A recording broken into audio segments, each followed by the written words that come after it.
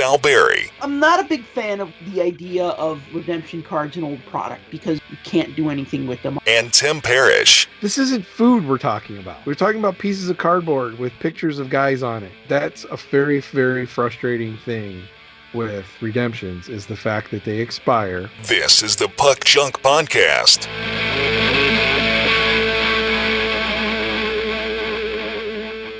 Hello and welcome to another episode of the Puck Junk Podcast. Sal Berry here. Along with me, as always, is Tim Parish, a.k.a. The Real DFG. What's going on, Tim? What's going on? I don't know. We heard the interview with Mike Brown from last week. That was awesome. He liked your question about physical fitness.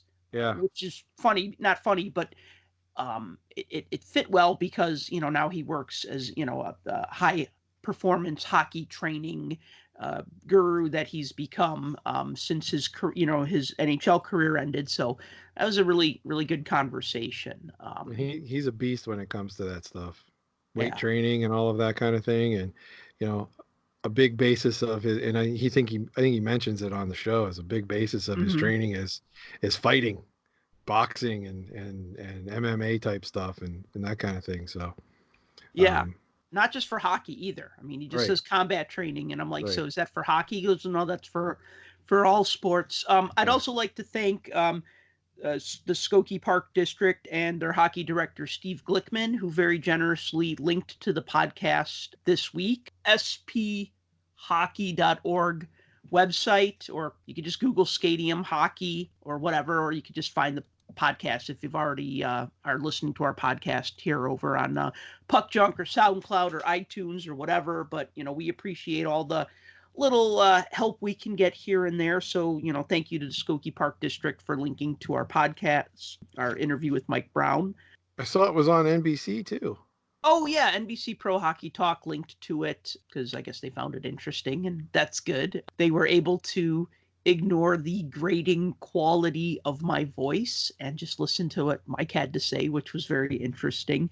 By the way, my voice is a little more grating than usual. I got super sick last weekend. I'm still feeling it, still cough, runny nose, stuff like that. But just gotta push my way through it. So talk about a couple of things this week. So game dated moments for Upper Deck. Only one card out for this week. Card number 26. John Carlson records 42nd point in 30th game. Tops Now, just getting you caught up on that. Week 9's print run ended up being 997 packs. That was the week that had the Cale Makar Chase sticker. Week 10 had a print run of 711 packs. And week 11, so far the lineup is John Carlson, Colorado Avalanche, Elias Peterson, Joe Thornton, and Patrick Marleau on the same sticker. And then subjects 5 through 9 at the moment are to be determined. I've been kind of sloppy in keeping up with Tops Now. Let me see. I missed the week 9 pack and I missed the week 10 pack because I got sick. And I just, when you're sick and you're in bed and you're sleeping 23 hours a day, you're not thinking, I got to get up and buy my Tops Now stickers this week. You don't have to tell me. I've been there. The Parkhurst Hockey cards are out this month. They're a Walmart exclusive, 2019-20 Parkhurst Hockey. There's 320 cards in this set. The first 220 cards are the base cards.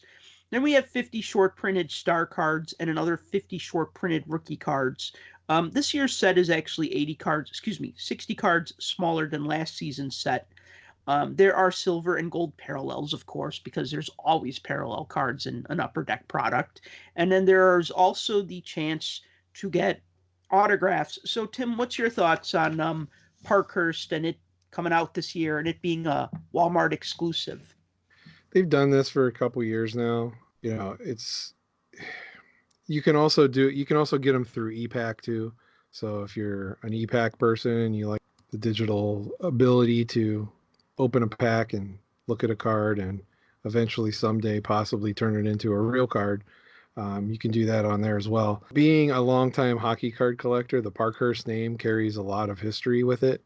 And in my mind, not that I hate this product by any means, but but by turning this into a set with 300 and some cards, and they're just basic cards, and it almost looks like to me, they're almost like the victory cards. So they're not quite MVP. They're a little bit less, that you could only get them at Walmart, so you're kind of like, I don't know, maybe I'm just pulling at strings here, but it's kind of like diminishing the name of Parkhurst.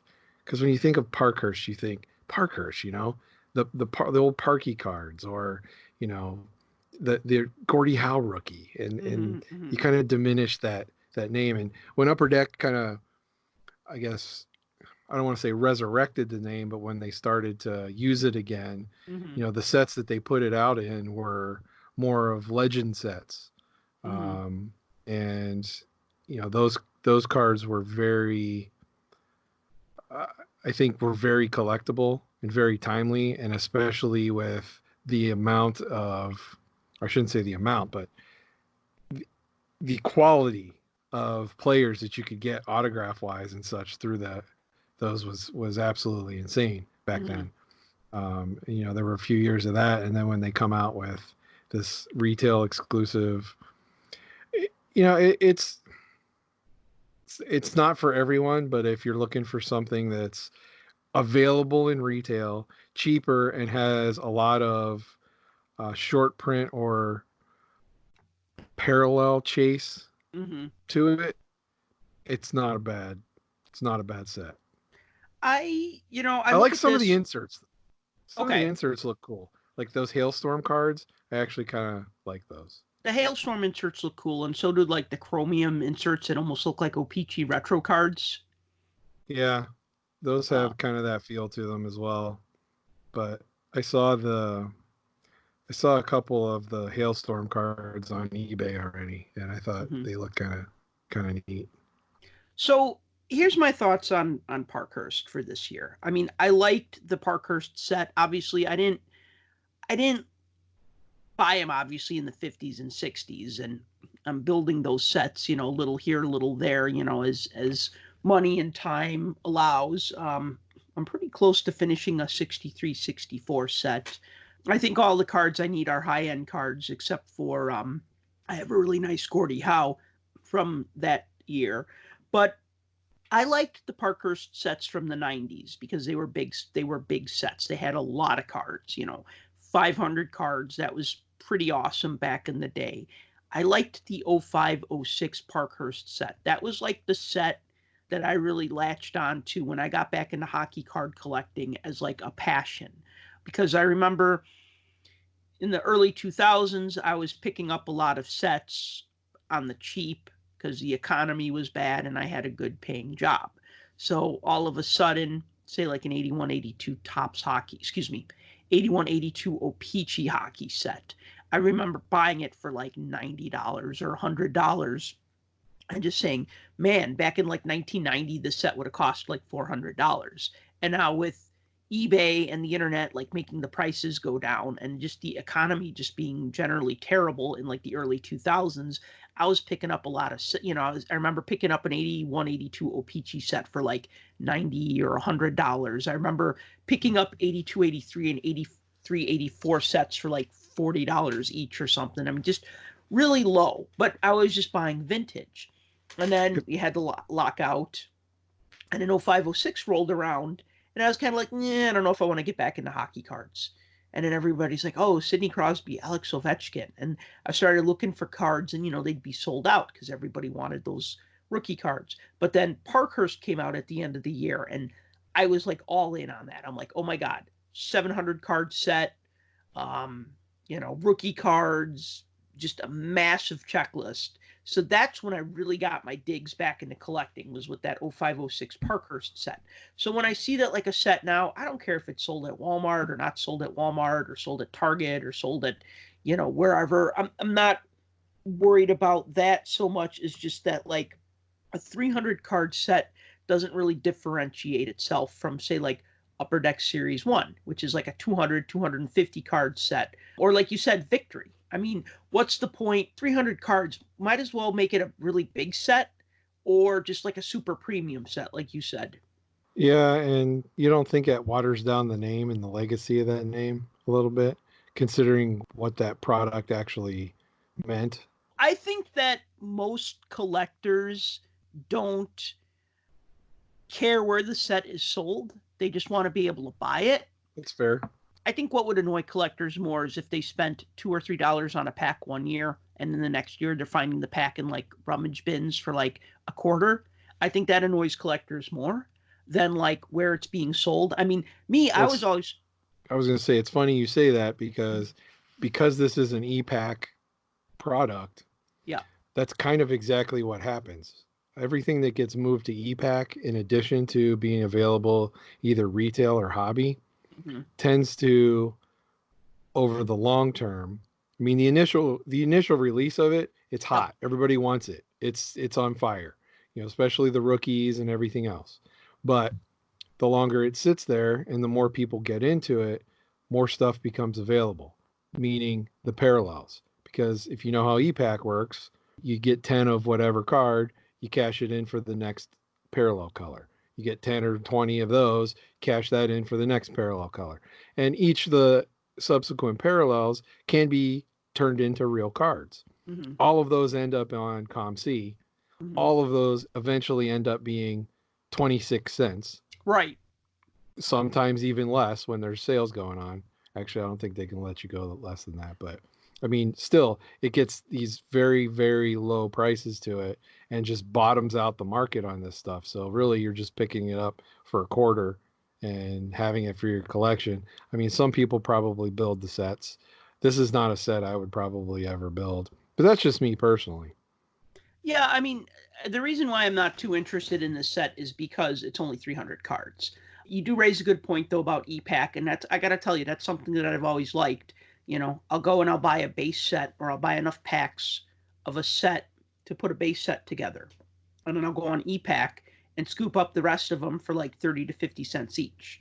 And I'm okay with that. I know that people obviously want to sell their cards for more, and I know that e-pack hurts card dealers because if I'm a dealer and I'm buying all these cards and I'm opening packs and I have singles, why would you come to my store and pay $1 or $2 for a rookie card if you could go on ePack and get it for 26 cents or 30 cents? But as a collector, I love it. But like I said, I'm not really enticed about a set that's 300 cards or 320 cards, especially if like 50 of them are like veteran players like Sergei Bobrovsky and Artemi Panarin and Connor McDavid. I mean, some of those guys are superstars in those short prints, but that's another problem that I have. I feel that like base cards should have all the superstar players, and if you want to short print things, short print the rookies. But when you start short printing just the other players, the non-rookie players, I don't like that aspect. Another gripe I'm going to share right now about Parkhurst is the last couple of years I've been picking up Parkhurst Blackhawks team sets at Target. They're usually $4.99 and it says team set Chicago Blackhawks. And I The go, ones that are well, paper-backed, yes, you're talking about like the a clamshell kind of blister card. blister pack. Yeah. Yeah. So what I did is I finally started opening them because I had them and I'd buy one and set it aside and I'd say, I got to do something with this. So I That's like started, opening an action figure. You should never do that. no, actually, I was a big proponent of opening action figures. I'm kidding. But with this particular set, so I started opening these Parkhurst sets over the last couple of years because I'm like, all right, I'm going to put them in 9 pocket pages. I'm going to put them by year and stuff like that. And they're not actually really complete team sets. They're like the team sets minus the rookie cards. And Oh, the sometimes short prints are in there? they're not in there. And that's like super annoying to me. I just kind of assumed that they'd be in there. Yeah, why wouldn't you? Because technically they're part of the base set, even though they're short prints, because they're sequentially numbered. Yeah, well, they'll have that sequentially numbered group, and then the rookies are always at the end, so they don't appear to be missing unless you look on like an online checklist and you go, oh, Alex DeBrincat is supposed to be in here. What the hell, right? So that's kind of annoying to me because at first I thought, man, $5 is a lot to spend on like 12 cards. But then I thought, but you're getting the 12 cards of your favorite team or 14 cards or whatever. But then it's not even a full set. So I don't know. I haven't really taken to Parkhurst. Like if Upper Deck went back and did like the 0506 Parkhurst set where it's like 600 cards, I'd be all over that. I'd love that. Give me the third line and fourth line players. Give me the third string goalie. Give me the seventh defenseman and the 6 minute a night enforcer or whomever. I'd like cards of those players too. I'm so tired of seeing the same 100, 200 players over and over again, especially if you're going to short print 50 of them, and then it's like, okay, now I'm trying to track down a Phil Kessel short print. Yay. But it's Phil Kessel. I like Phil Kessel. And Phil Kessel as an Arizona Coyote. Yeah, I like Phil Kessel. I've liked him since he was with the Bruins, but I can understand like tracking down rookie cards and paying a little bit more because it's a rookie card and that's short printed. But when you just start short printing, like, all right, we're going to just pick 50 players and short print them, then I think that sucks. Then that's just making the set more challenging than it needs to be. Here's an idea. If Upper Deck wants me to buy hundreds of packs, why not just make the set huge? There's like 900 guys in the NHL. Just make a set with 900 players, 10 cards per pack, do the math. You're going to get doubles, you're going to get parallels, you're going to get whatever, and that's how you keep them coming back instead of like, oh, well, we're going to just make it so that like 100 cards are really hard to get and the rest of them are really easy to get. Well, if you look at the 50 that they short printed that aren't rookies, yep. There's a few of them, I think 10 or so, that yep. are all-star cards. Yes. So if we ignore those, we're down to 40 because the all-star cards, I guess you can make a case, those are special, so whatever. Sure. But there's a 40. It always makes me wonder how they come up with who to put as a short print. Because if you look at the list of who's on there, yeah, there's Carey Price, there's Steven Stamkos, there's Evgeny Malkin, Jonathan Toews in that list. But then if you go and look at the actual regular set, how do you decide, okay, I'm going to save this for the mega uber superstars, but wait a minute, Connor McDavid is in the base set that's not short printed. Is he not worthy of short printing? You know what I mean? Or, Elias Pettersson is in the low end. So that's what So we're going to short print all the first line guys. Second and third line guys will be base cards. Is that how it works? I don't know. Split by line pairings? Yeah, it should be, right? I mean, it's just, I can't quite figure that out, right? Like, so yeah, I guess that's the thing. Like, this is why I can't ever get excited about like a base set for say like SP Authentic. Like if I find one for $5 or $10, I'll pick it up. But really, what's the difference between like a 100 card base set for SP Authentic and a 100 card base set from Black Diamond, other than the design? It's pretty much the same in thing, today's right? day and age, about $400. Oh, okay.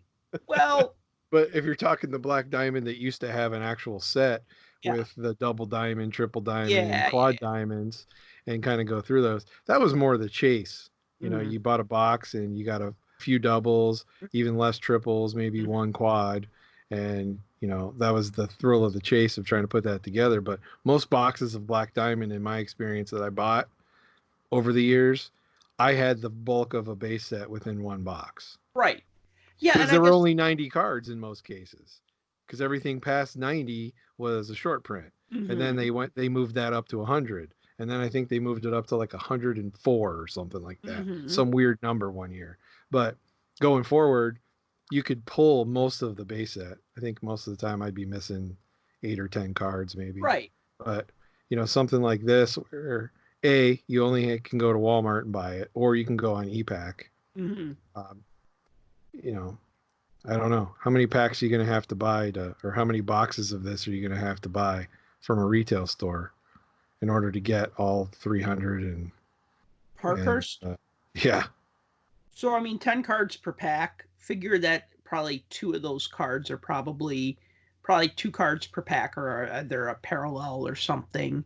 It's probably like O-Pee-Chee. One pack has a insert, the other pack has a short print or something like that. Right. So if you bought a retail box, how many are in a retail box? Uh, I don't know. Or I've only seen blasters advertised. oh yeah, Blasters, fat I guess it would. packs, and single Yeah, packs. yeah. So you'd have to buy a retail pack of singles, or actually pry one of those gravity fed boxes off and try to buy the whole entire thing. Huh. Well, let me see. Do a little quick math here. So let's say if there are 220 base cards divided by, let's just say, probably going to need about 30 packs to build a base set. Okay.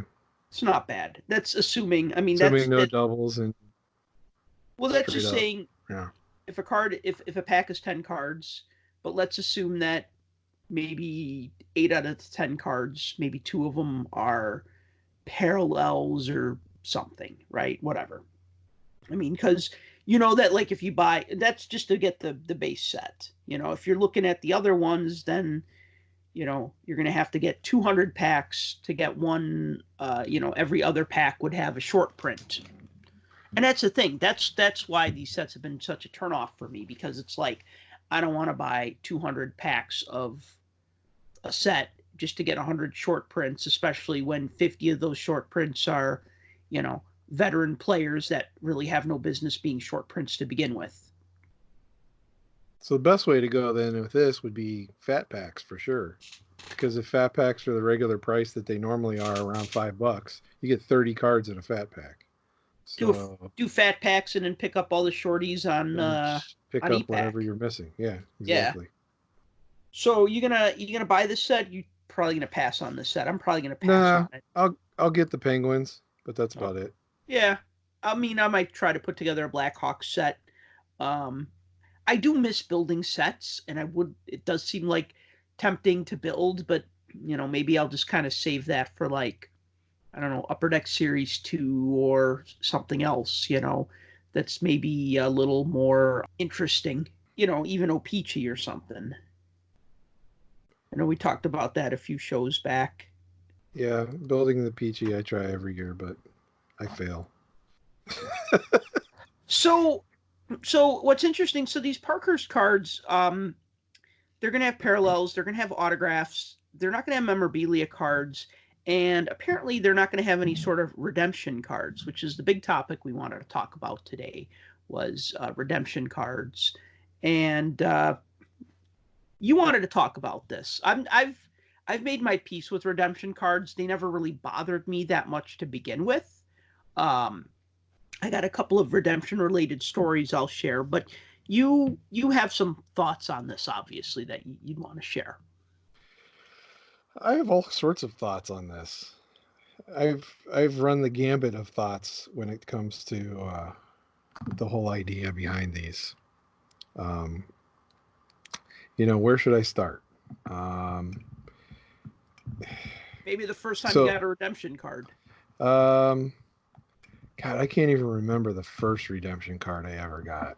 I have quite a list of redemption cards I've gotten post expiration date, which leads many collectors to the ire and one of the big major problems that I have with redemption cards. But let me go through this. In all the years of collecting, redemption cards, I think, have become more prevalent now in the hobby than they were in the past.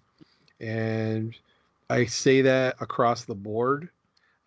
Maybe not as much in hockey, other than a few products that are designed around that specific thing. But I think hobby in general, that's become a big thing. And part of that is, I don't think companies want to do redemptions. I don't.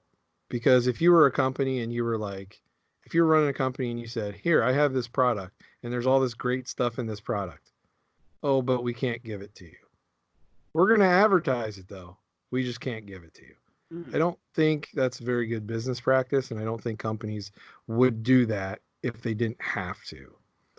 Um, so here's my thing with redemptions. They're a necessary evil. I get it. Mm-hmm. It's a money thing. It's a time thing. It's a um, I don't want to say it's a convenience thing, but it definitely comes down to mainly money and time. It does cost extra money for the manufacturer. If you think about it, it costs them more money to make something a redemption rather than to just put it in the product. Right, Because because if they you got to think print about it, a redemption card, they got to print the real card, and then they got to mail the card to you. And then, yeah, that's money right there. right? That's a So couple there's bucks. sure, and there's a lot involved with that, and obviously, getting these takes time. So there's your time and your money aspect. So card company doesn't want to do this. They want to put it in the product. They can't put it in the product. So they spend the extra money. They print all these redemption cards. Um, then they send them through whatever printer they have to put the nice little scratch off stuff on them. And then they pack those out in the cards. It's nice that they pack them out and they're the same size as the general cards. That way all the pack searchers that are out there can't typically feel that there's a redemption card in there most of the I time. agree, and I think Yeah, that's actually a really strong case for them. sure. And I mean, unless they're like some of the ones, I pulled a black ice one once that was thicker than any card I've ever seen, but it was the redemption card. It wasn't the actual card. It was super, super thick. It was for Marty St. Louis um, auto patch something or other. Hmm. I eventually got it, but anyway, that's neither here nor there. But I think all of that when you consider all that, that's one reason why that they don't want to do what they do, but they have to. And one of those big reasons is you have a checklist that you've put out. You have an idea and you have players that have committed to supplying a certain number of autographs into a product, Hmm. or they've committed to, let's say, sell you something that's got memorabilia that you're planning on chopping up and sticking on cards. Hmm. But for some reason or another, it just hasn't happened right and it's not ready to go at the time of pack out. I get that. I totally get that. Because if the redemption is for a card that is made or is about to be made and they just need a little more time to get it done and sent to you, I'm all for that. Great. It's when it's a general autograph of a player that you've seen other collectors pull out of Hmm. product already, Hmm. packed out, signed, Hmm. but for some reason there's this other parallel version of it or something that's not signed and ends up having to be a redemption. Those make no sense to me. So and I want to just piggyback off of what you said. So just my perspective on this. If it's a rookie card, then I don't mind it being a redemption because they have to get the photo. They got to get, if it's like a high end rookie card with an autograph or a jersey piece or whatever, they got to get all these things together. And I get that. When it is a retired player, so let's say Wayne Gretzky or Patrick Waugh,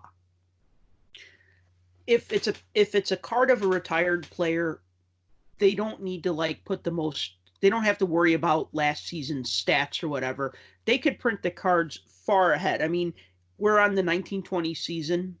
I know that Upper Deck is already working on their 2021 cards. They're already working on the designs of those. So if you're doing a 2021 or 21-22 card of Ray Bork, you can get him to sign that now and have that ready for pack out in 21-22, right? You don't have to wait for an up to date photo or a rookie jersey or anything like that from those players. So I don't think there's any excuse if it's a current player where stats don't matter, where you're not trying to wait for like a new photograph or something like that. Um, what really bothers me about redemption cards more than anything is probably when you buy old product and they have expired redemptions in them. Because I Yes. remember it was like a show or two ago, I bought a hot pack. And You it, did? yeah, I mentioned this before. I know. I usually avoid, I was just giving you a general reaction just to play along. well, I avoid those because I don't like the fact that if somebody's selling hot packs, that means that they've searched the packs and they figured out which ones have the good cards. And so I generally don't like to support that behavior. Like if this dealer is selling hot packs, $10 each, then it's like, well, if I buy them from you, then I'm supporting you doing this, what I think is an unfair business practice, versus somebody just buying a pack and maybe getting a good card or maybe not getting a good card. So he has hot packs and he wanted like $4 each. And I'm thinking, $4 each. Most of these packs are like $3 to $5 packs. Okay, fine. So then I'm trying to decide which one I want to buy. And then he's like, oh, well, the special card might be a redemption card. And I'm thinking, okay, yeah, well, now all of a sudden I've lost my interest right there, because I was probably going to grab 2 or 3 of them.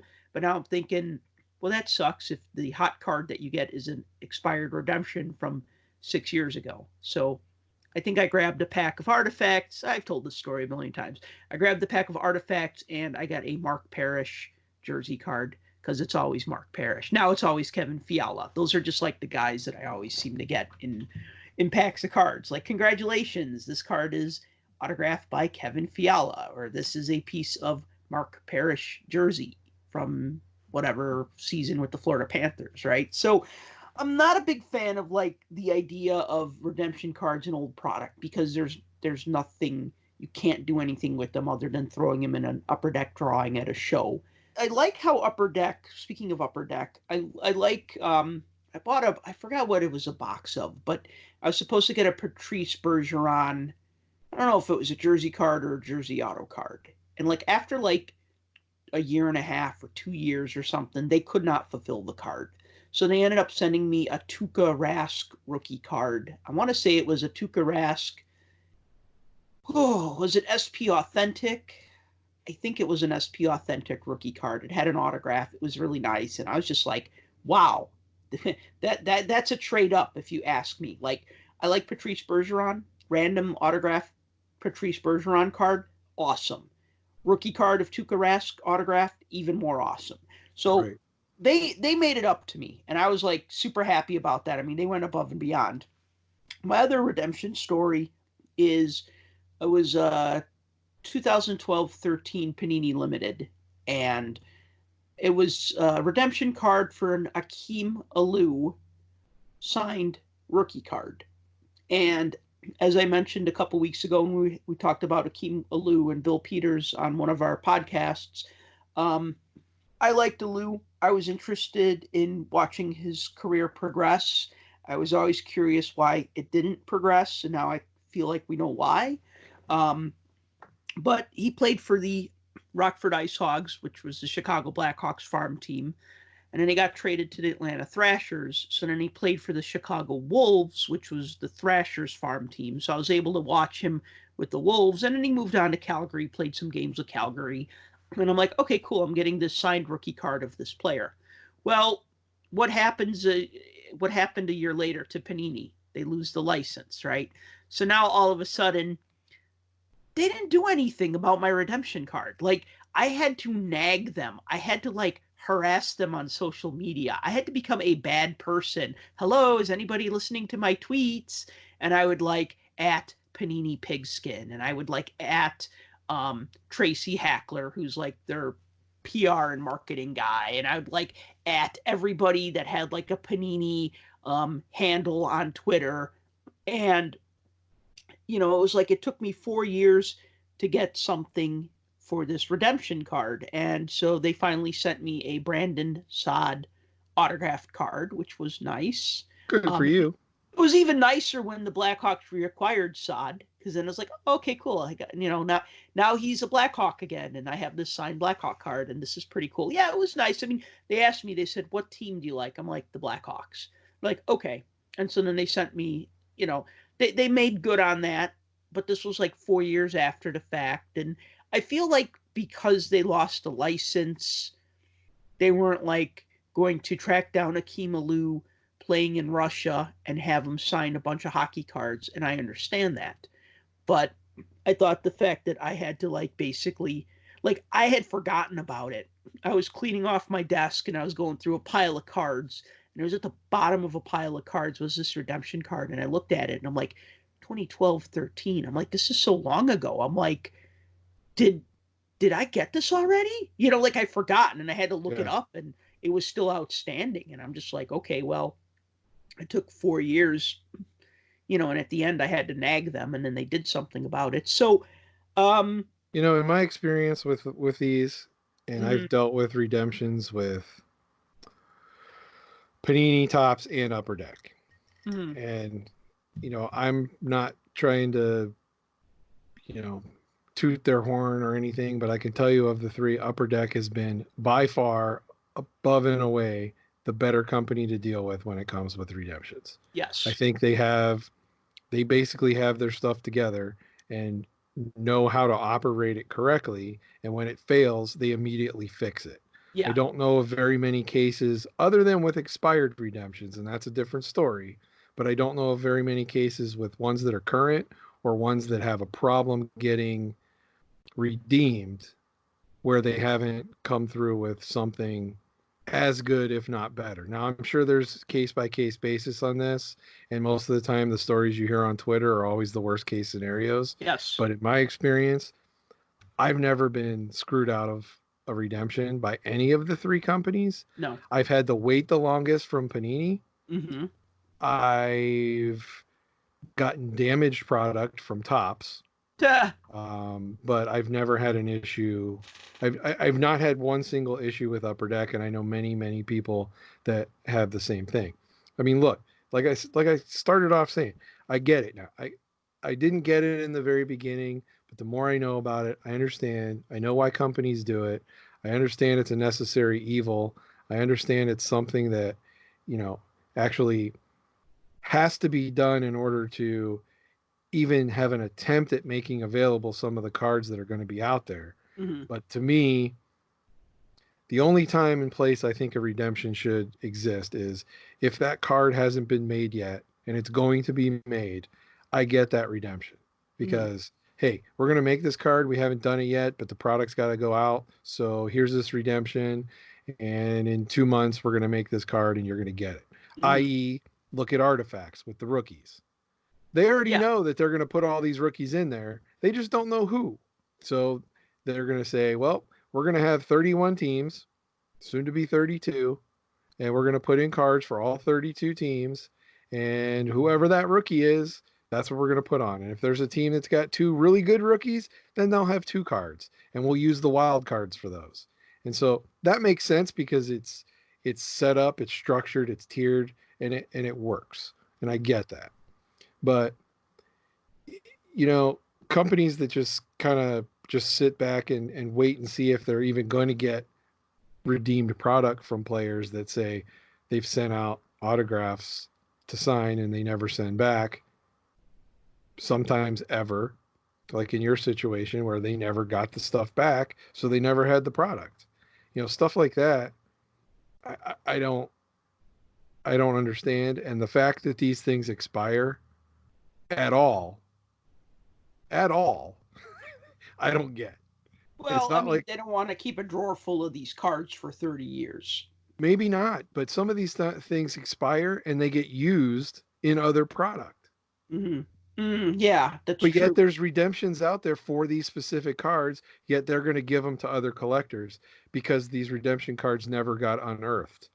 But yet there's still product out there. This isn't food we're talking about. No. That expires. We're talking about pieces of cardboard with pictures of guys on it. They don't expire.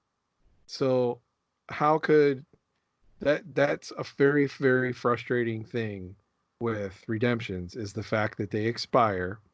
And if it's a card that already exists, that you just have to get it from them because maybe something came in late.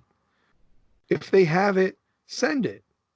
Right. I mean, that's the thing. Don't turn around and say, well, statute of limitations is up because it's hit the 2-year mark. So everything from this date to this date, we're wiping off and we're going to repack it out in, Upper Deck buybacks, or we're going to pack it out as this product, or we're going to give it to quality or to customer service and they're going to use it as replacement product. Mm-hmm. You know how mad I would be if I bought a product maybe 6-9 months after an expiration, pulled that redemption card, and then turned around on social media and saw somebody that just got sent a replacement card that was my card. Right. You know how upset I would be as a collector? Now, that's a weird scenario, I think, that would probably, well, hopefully, most likely never happen, but you never know. I mean, you never know. Something like that could happen. And, where redemptions once upon a time were used as like filler for stuff that wasn't made yet, and I get that, and I think that's what they should be. Stuff now shouldn't be like that, especially if it's not an on-card auto. If you're Right. waiting to get the physical card sent back to you, signed, I get it. But if you've had a player sign, 60 sheets of autograph stickers, why are those redemption No, cards? though I've never seen those as redemption Oh, I've cards. seen sticker cards Seriously, come as redemptions. Yes, I that's have. that's terrible. Just a couple things I wanted to say about Panini. Not that I'm a Panini hater by any means, but if the opportunity presents itself, to speak a little bit of truth, I feel like with my redemption, I know that they were mad about not getting the hockey license at the end of the 13-14 season, and that's fine. I mean, it sucks because they wanted to do it, but I feel like at that point they needed to say, okay, we need an exit strategy. We have 400 open redemptions. Let's just settle these accounts and move on. You know what I mean? And it was like I used to work for a toy company, and we had oh god, what was it, like a collectors club? We had like this collectors club. We bought this. We were a toy company. We bought this other toy company. This other toy company had a collectors club where they were sending people a physical newsletter, and it was costing a lot of money to do that, to be a part of this collectors club. It was costing a lot of money to run the club. So we had to come up with an exit strategy for it. And we said, well, look, people have spent money to get their newsletters, but we don't want to print these newsletters anymore because they're costing us money. And then when they get them, they're like, hey, all this information is outdated. Why? Because they're finding out about it on the internet. So then when we print this newsletter and send it to them with insider information, it's already old news. So we had to we needed an exit strategy. How do we placate all of these collectors that we owe newsletters to? We ended up just giving them product, and they were happier to get product than a newsletter that had old information. So it was win-win. So like Panini at that point, they could have been like, hey, Sal, we never did get Akim Alou to sign this card. So you know what? We're going to send you a couple boxes of certified, or we're going to send you a couple boxes of Prism Hockey. And I would have been like, okay, it's not the same thing, but sure. I take a box of Prism over an Akim Alou autograph any day. I'm sorry. Right, I would No too, offense to Akim Alou, but no, but that's the thing though, is like if you're going to placate people, you have to like overdo it. And like when we were getting these collectors, it was the Johnny Lightning Collector Club. They were these die-cast cars, and like I don't know, they might have spent like I don't know $20 or $30 to be a member, and they'd get a special car and then to get a newsletter. And we had no problem sending them the special car, but like the production cost of this newsletter was just too much. And so we were just like, we looked at like what product we had the most stock of, and we would just be like, yeah, Tim, we know we owe you 3 newsletters, but how about we just send you this case of 12 die-cast cars instead? And they were all like, yup, like, thank you. You know what I mean? Like that, just, and to us, we were just getting rid of stuff that we had too much of in the warehouse. And well, that makes sense. It was win-win. So like if Panini can't sell hockey cards anymore and they have all this unshipped product, late season product that they're not going to do anything with, they could have sent it to the people who they owed redemptions to. The other Panini story I want to tell, because I'll never not tell this story. It was their whole 10-11, 2010-11 score hockey fiasco, where every box was supposed to have a redemption card for a super short printed rookie card. Right. So originally it was going to be the last 10 rookie cards were going to be super short printed. It ended up being the last 9 rookie cards were super short prints. And so I thought, okay, I'll buy 5 boxes. I'll get 5 redemption cards. Cool, right? Open all these cards, no redemptions. So then I contact Panini, and then they're like, "Oh, well, we decided." They kept calling it live rookie cards. We decided to put the live rookie card in the packs instead of redemption cards to deliver you more value. Now, first of all, I just thought that the fact that they called it live, like they were sending like live animals through the mail or something, like 1-800 live lob, deliver a live lobster to your friend who likes to kill what he eats, literally. So, first of all, the fact that they said live rookie cards was silly. Secondly, it wasn't as advertised because I was guaranteed one redemption card to get a super short printed rookie card in every box. So, by my count, I should have had 5 of the super short prints, 5 out of, at the time, what was going to be 10. But they went back on that, and that really pissed me off. And after that, I pretty much stopped buying score hockey the next couple of years. Like, did I put together the set the next year? Yeah, but that's probably because somebody probably just gave me a mess of cards, like you or Justin probably just said, here's a bunch of scorecards. And I said, oh, okay, I'm 60% towards a base set. Cool. Right. But other than maybe buying a few packs of Prism, because I really like Prism hockey, I couldn't really buy into their cards after that, because I just thought that was really shoddy. Like, they should have said, you know what, we owe you 5 rookie cards. We're sorry. Instead of like, well, didn't you see them? They were in the boxes that you bought. No. Well, they're like one in every other box. And it's like, Yeah, oh, and yeah, and that's exactly that's like the flip side to the right, whole thing, where redemptions would have been better because you open 5 boxes, each box has one redemption, you're right. guaranteed 5 of those redemption cards. Instead, they pack them out, and they're super short printed, which means the odds of you pulling them are 1 out of, I don't know what the count was, but I'm sure it was multi boxes, right? I got one So in 5 boxes. so out of 5 boxes, you got 1 of the super short printed. So Yeah, really, the comparison is you would have had 5 because they decided to be generous. Now you only got 1. right. And I just And wasn't impressed.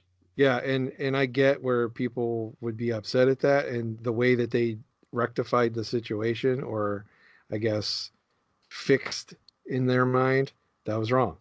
I mean, look, it's no secret. Panini's had a long history of doing stuff like this and Mm-hmm. ticking off collectors, and you try not to be a Panini hater, you try not to like target one specific company and be like, oh, I can't stand them, I can't stand their product, I can't stand this. You might, but it's hard when over and over and over again it's like epic fail, Yeah, epic fail, epic fail. It's like, for as many things as they get right, Prism for one, I mean, that's like probably the hottest product that's out there in any mm-hmm. sport. There's something they got right, but at the same time, epic fail. They'll turn around and do something like, oh, I don't know, this week's or today's instant hockey Prism. Did you buy them? No, Did you try? no. However, I did try. You did. What Yes, happened? I tried with no intention of buying. I just wanted to see if I could. Could you? And when I jumped on there, I don't remember what time it was. It was sometime this morning. I couldn't get on, and then all of a sudden, poof, it worked. I got on there. It let me add a bunch of stuff to my cart. Let me go to my shopping cart. Let me go through the checkout process. And I'm like, wow, this is actually working. I'm not going to buy them, but it's actually working. How much were the packs? I'm curious now. $20. For what, 2 cards? No, $25. Sorry. For, 2 cards. and it's what, a rookie and a parallel or autograph? Yeah, and it's the same 2 people. Right. It's Kako and Krasov, who essentially has not amounted to anything at this point. And the autograph's not guaranteed. It's just, it could happen. No, it could have. Yes. Yeah, that's. And they look nice. In fact, the pictures that they have of them in their international uniforms, they're pretty cool looking. I like them. But I wasn't about to jump on and buy packs. And when I checked again this afternoon at about 3 o'clock or so, you click on it and it says no product found. So it Mhm. doesn't, there's nothing on the site anymore. So it's been uh, pilfered, or I don't know what the right word is. Yeah, It's been sold out right. essentially. So it's done and over with. And I get it. That's what we're going to. We're going to all this instant gratification, hot off the press or whatever they're calling it. Um, you know, Topps did the StockX thing, or the Mhm. Bowman X thing, where they, Mhm. released this stuff where you could bid on how much you wanted to pay for stuff. Panini just did it again. I mean, that's the world we live in now, because there's so many people out there that aren't collectors, they're just investors, Mhm. and they've jumped into this whole thing, and that's kind of the world we live in at this point in time. Mhm. So, to wrap that with redemption card things, imagine you're a breaker or an investor and you're buying product that might be a couple years old, but all of a sudden, hey, there's this hot rookie Mhm. from 3 years ago that nobody even heard of. And this is what happens in baseball, like with Bowman Chrome and Platinum and regular Bowman product with prospects, is you'll stock all these guys away. They don't make their major league debuts until sometimes 2, 3 years down the road. These guys show up just like in hockey. Guys get drafted. Well, they don't make cards anymore of draft picks Right. unless you're unlicensed or it's some special thing. They wait until the guy plays. It Right. could be 2, 3, 4, 5, even longer years. If it's a goalie, you may never see the guy come up and play. So you stock all this stuff away and you say, here's all these rookies. And then 3, 4 years down the road, all of a sudden, you know, Joe Schmo is the next great thing. And you're like, oh, where's his rookie card? Oh, it's from, 2011. You go back and look through your 2011 stuff. You go and immediately buy all the 2011 unopened product you can find. And lo and behold, it's all redemption for this guy Ah. because he's never signed. What do you do then?